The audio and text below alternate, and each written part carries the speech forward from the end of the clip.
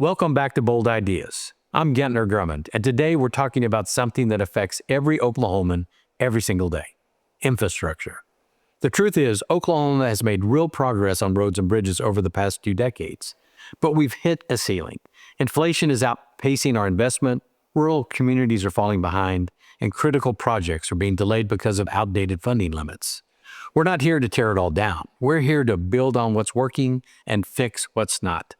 Joining me today is Bobby Stem, a trusted leader and advocate in the construction and infrastructure space. He knows where the challenges are, and more importantly, he knows how to start solving them. This is a conversation about rural roads, workforce readiness, and rising costs, and how smart, consistent investment can keep Oklahoma moving forward. This podcast is authorized and paid for by Friends of Gentner Drummond 2026. Welcome back to another episode of Bold Ideas with Gentner Drummond. Today, we're joined by a special guest, Bobby Stem, Executive Director of the Oklahoma Association of General Contractors. The association represents the interest of Oklahoma's road and bridge builders, advocating for strong infrastructure, economic development, and policies that keep our state moving forward. Bobby, thanks for joining us today.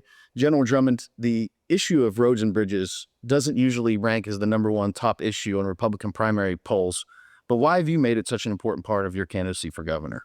Matt, our infrastructure is critical, and Bobby, your organization is the welcome mat to America. When people come into Oklahoma, first impression, it's what the Association of Oklahoma General Contractors provides it. And it's so critical for us to put our best foot forward. Thank you. It's what we do. It's about our infrastructure. It's about safety. It's about making sure we're moving people safely across our state, but also the economy and the economics behind it. There's two different types of economics. The transportation tax dollar is the most quickly infused tax dollar in our state government. On a bid letting day, when they let these contractors immediately begin injecting money into our economy to rent machines, buy machines, employ people, et cetera, to go build these roads and bridges. And at the end of the day, you've got safer, better road and bridge, but something that moves product across our state, moves farm products out of our state. And the best thing about this is it moves people safely across our states, rural and urban. As a man who lives in the country, I appreciate those Super 2s. Right, we got to keep those 2-lane roads, continuing to develop them and make them wider and safer.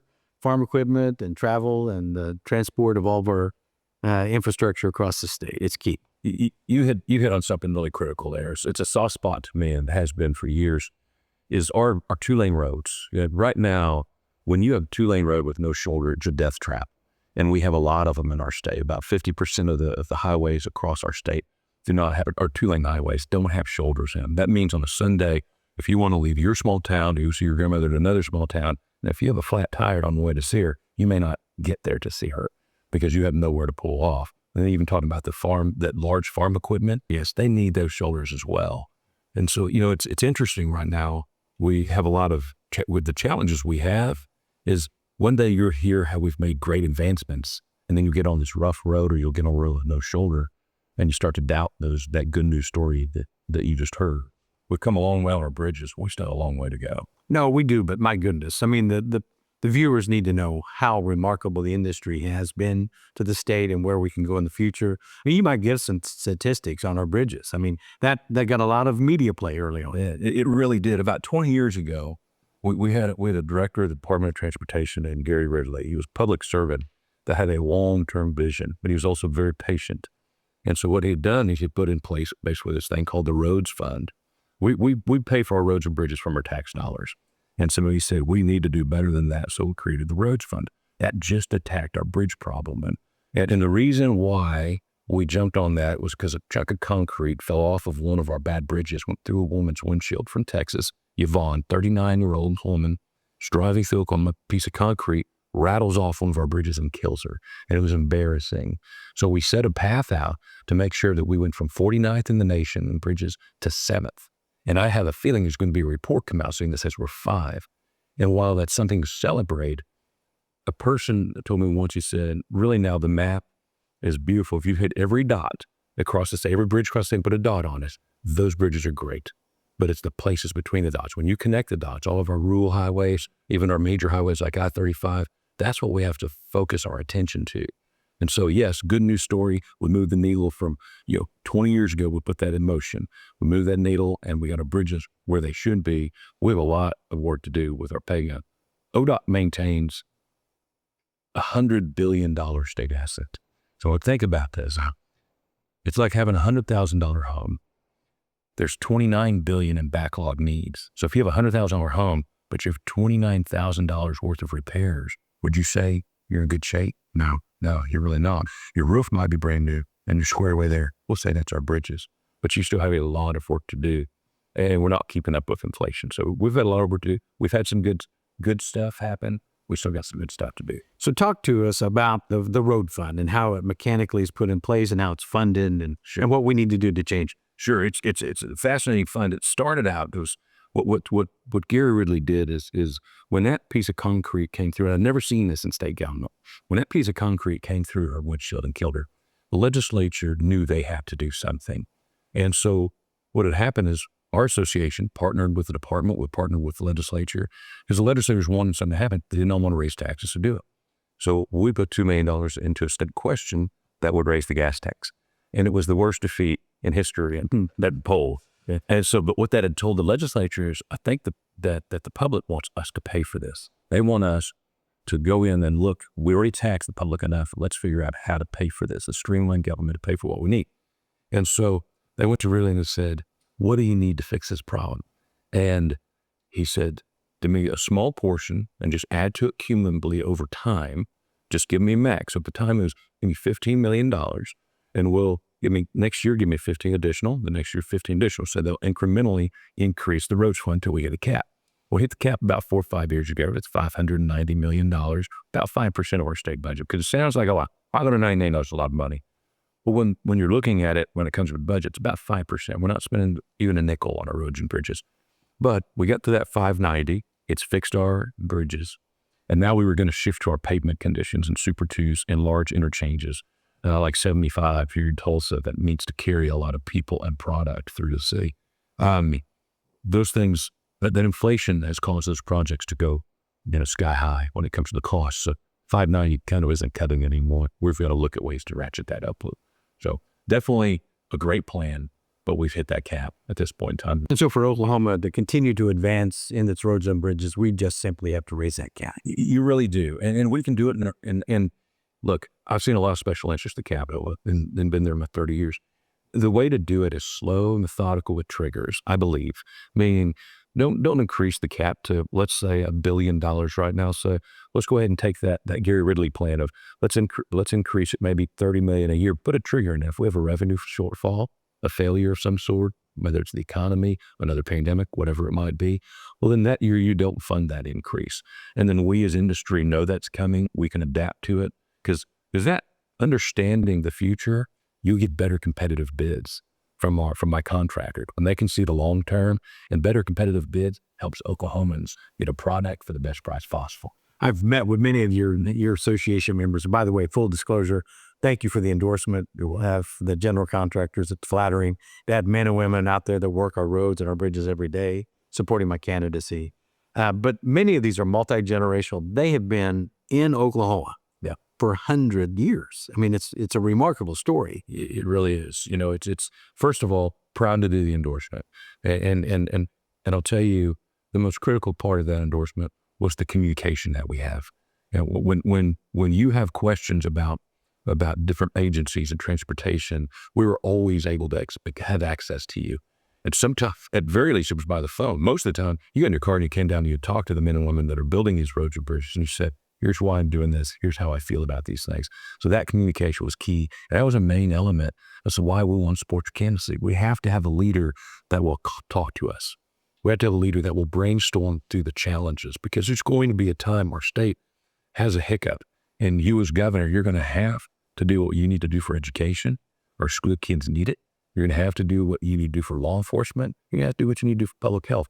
We're part of those core functions of government. We all have a role.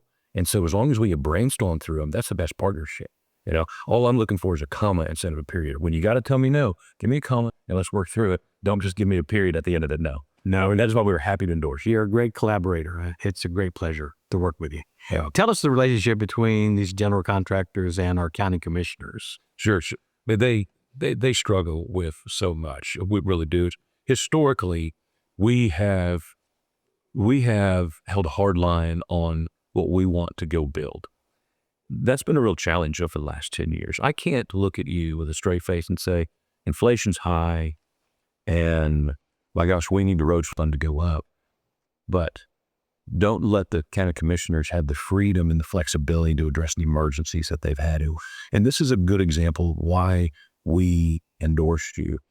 When you had some county commissioners, some county needs that you wanted to talk through, we got a chance to sit down and listen to it. And I learned from you what you were learning from them. And as far as I'm concerned, we'll openly collaborate with them to make sure they had that flexibility. I don't want to have a hard line anymore on what they should and shouldn't be able to go bid. If we say inflation's going high, it means it's going high for them too. Sure, to give them the flexibility to do some of that self-perform that they can get to quickly and not have to bid out. Typically in the past, we've taken kind of a hard line on that. No, if it's over this, we want to be doing that. We want to be building that project. Now, you know what? Will you work with them? Will you give them that flexibility? And because of your leadership, we got back into that conversation. I think we're going to be looking at how to move that needle for them too. Well, those commissioners are integral to our rural communities and in a different sense, our urban communities. But I do want to see the collaboration and the partnership between the commissioners and the general contractors. Absolutely. Well, right after you called me, I called them, and we're going to go grab some lunch and work through some insight. Good. I'm glad.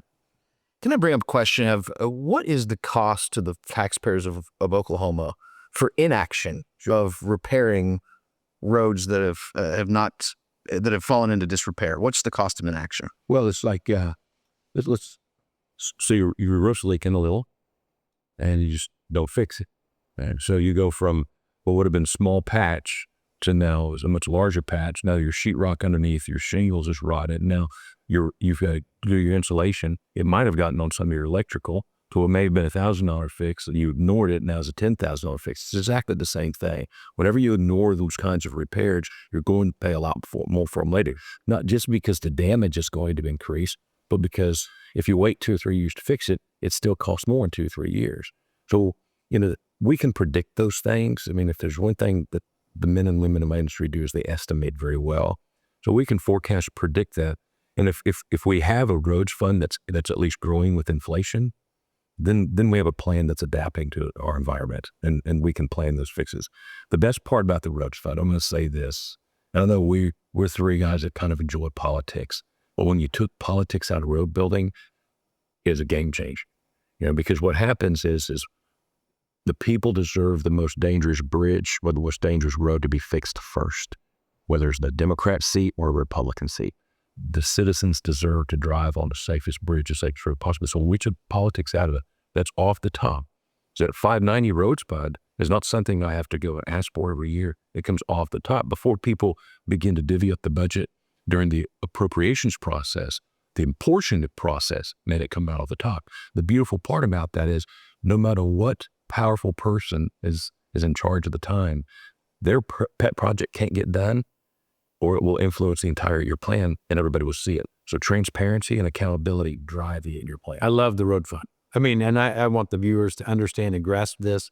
It removes politics from the infrastructure of Oklahoma. That's right. And I can influence in 7 years, but I can't really move the needle today. Right. I'm looking forward. And so it takes the politics out and lets the industry prioritize what we need to do today. That's right. To maintain safety and soundness in our road system. That's exactly right. The engineers on every bridge in our state has a grade to it.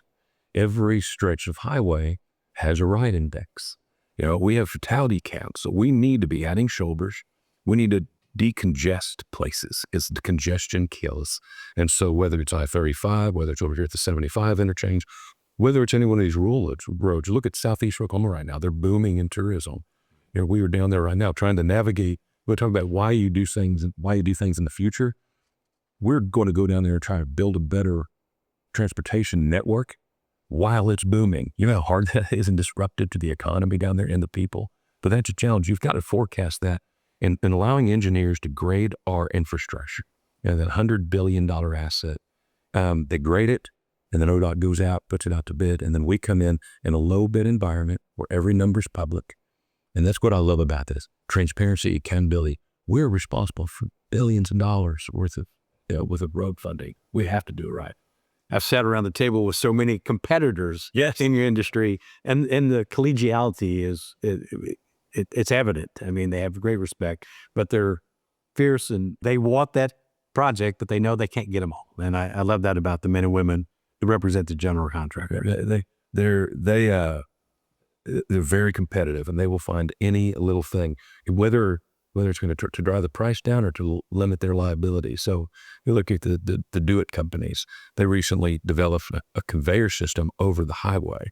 And what they said is if we were building 2 lanes down the middle of the Turner Turnpike, why would I have 800 dump trucks a day going from my concrete plant, going through traffic to the middle 2 lanes to pour concrete down the middle of the turnpike? We'll conveyor it over. We'll save ourselves potential liability. As a lawyer, you understand that. But then your economies, you're moving concrete. All they're doing is they're running a train of empty trucks through there, and they're putting it down faster. And so that competitiveness is turns ingenuity. And that right there, I think, is what the Oklahoma Grid's all about.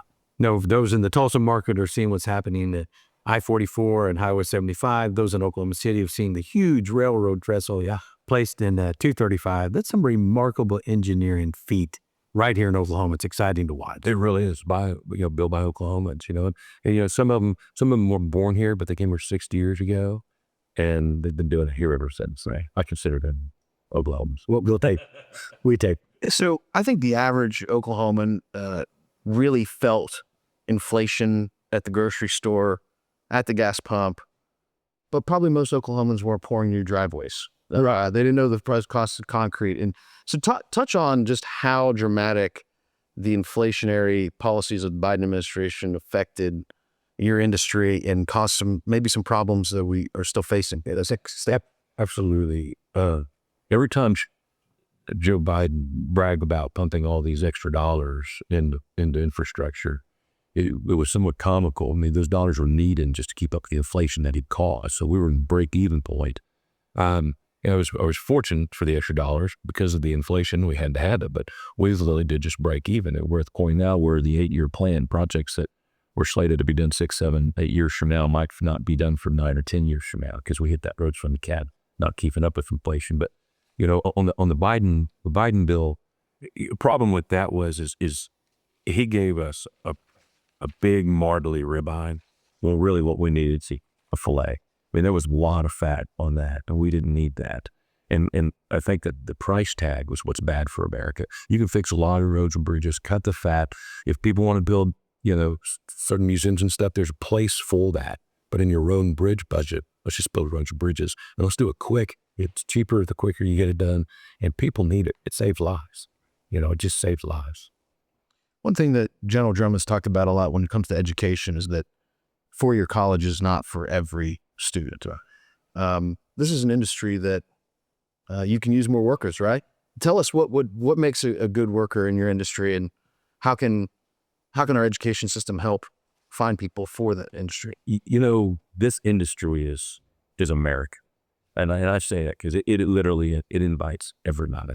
If you want to work hard, if you've got a good attitude and alarm clock, come on, be a road builder. Because here's what you can do. If you want to get to work right after school, then all you need to do is you need grit. Be ready for a little hot and cold.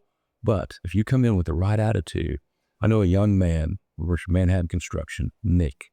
Nick, at the early age of 21, found out his girlfriend was pregnant. He needed to find a job. He had a buddy who was building bridges.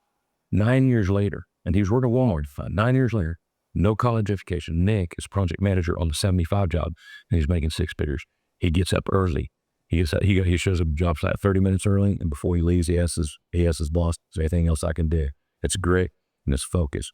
Let's say that you don't jump right. You want to get a CBL, you want a certificate or something. You can go get some education in trade school, CDL, diesel mechanic.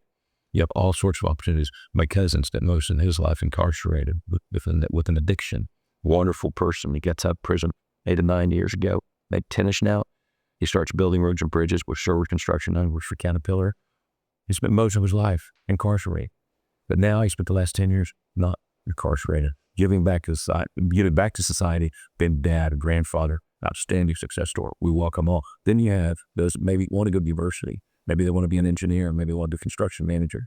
So what I'm getting at is, you want right out of high school, and if you want to learn and you want to work hard, there's a place for you. If you want to spend 8 years in school and you want to become an engineer, there's a place for you. It's the gamut. CPAs, place for you. It takes a little bit of everybody to build roads and bridges. So it's something I'm very proud of. Both of those stories to me mean an awful lot. When I hear Johnny's success as he continues to get promotions because he works hard, or when I hear Nick's success going from his very first job to now a project manager for one of the largest projects in I also like seeing all the interns you bring in. Every time I go to any of your gatherings, you've got a half a dozen interns smattered around in every discipline. It's exciting to see these young people from a very remarkably different background coming into our industry here in Oklahoma and making a difference. I had him with me today.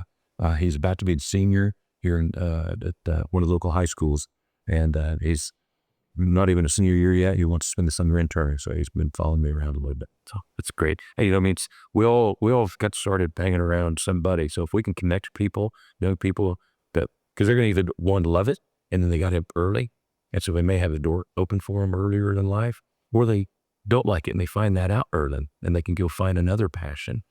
I'd like to introduce as many young people to the industry as possible to see if it is a passion. If it's not, that's okay. If it is, abstain. And the diversity of work requirements in the industry is remarkable. You got the people that are there for safety, people that are putting out the cones and flagging traffic. That's right. All the way to the very sophisticated engineers and the estimators. My goodness, it's that's right.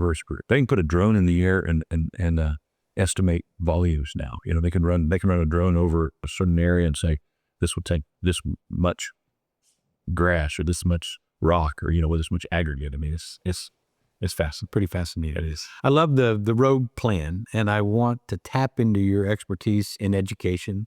We need an education plan. Yes. So we take the politics out of education, and we can get a 6, 7, 8 year plan out there where we can apply lessons learned in the road construction industry to education, take politics out, improve our workforce, and get our kids trained. Absolutely. No, thank you, Russ. I think an 8 year plan, anytime you plan out, and it really, and I hate to say it because we're all somewhat political, but you got to take the politics out of some of these big spins. Right. And you really do. It's worked though. There's been times that very high level members of the legislature have confidentially asked me, is there some way we can move this up? And you know how relieving it is to say, well, where would I put it? Because if I do it, everybody will see it. Mm-hmm. So there's no project that gets, just kind of snuck into the plan. Everybody sees it. And so almost always we go, well, then if it ever can be in the plan, please try to see if we can get in the plan. Right now, as we speak, starting today, actually, the department, because we just finished with the legislature a while back, the department had started redoing the 8 year plan. The 8 year plan needs rebalanced, and that's the interesting part about it is it's funded a certain way, but every summer the department has to say, we had this plan, we had this 8 year projection. And the interesting thing about the 8 year plan is it's 20 years old. So it's an 8 year projection, not necessarily an 8 year. That's exactly right. So what they have to do is every summer they say, are the projects that if I'm the head of the department and each one of you are responsible for certain counties, and I say, you told me last year that your year 2 of the 8 year plan was this list of priorities. We're going into year 2, which is going to be the first year of the new 8 year plan. Are there still your priorities? And the reason why it's important, if you can imagine, there was a time when we had a lot of earthquakes that were occurring. Right. Those were impacting the integrity of some of the bridges. So you had a plan, you had a bridge that may have been on plan 5 or 6 years from now, but did that slight trimmer move it up? And so sometimes it might happen like that, or you may have these rains that we've been happening. Those would compromise the integrity of some of your bridge beds. So you've got to relook at that. And so they explain all that. They may move them around a little bit. When they do, it's a process that everybody sees. And I think you win in government when everybody sees what you're doing because it's the people's money. Sunshine is a disinfectant. Disinfectant, I like that. It keeps us honest, that's for sure. That's right. Well, Bobby, thank you for joining us. This is such an important topic that I don't think people think about. I think they just drive up and down the road sometimes and think they happen by accident. So Until they hit a bump. until they hit a bump, yeah. Bobby, appreciate having us. Thank you so much for the endorsement. Hey, thank you very much. Thanks for having me. Thanks again to Bobby Stem for joining us today and for his honest insight into the real infrastructure challenges and opportunities facing our state. If you enjoyed this conversation, be sure to subscribe to Bold Ideas with Gentner Drummond on YouTube, Spotify, Apple Podcasts, or wherever you get your content. And visit drummondok.com to learn more, catch past episodes, and get involved. Thanks for listening, and we'll see you next time. This podcast is authorized and paid for by Friends of Gentner Drummond 2026.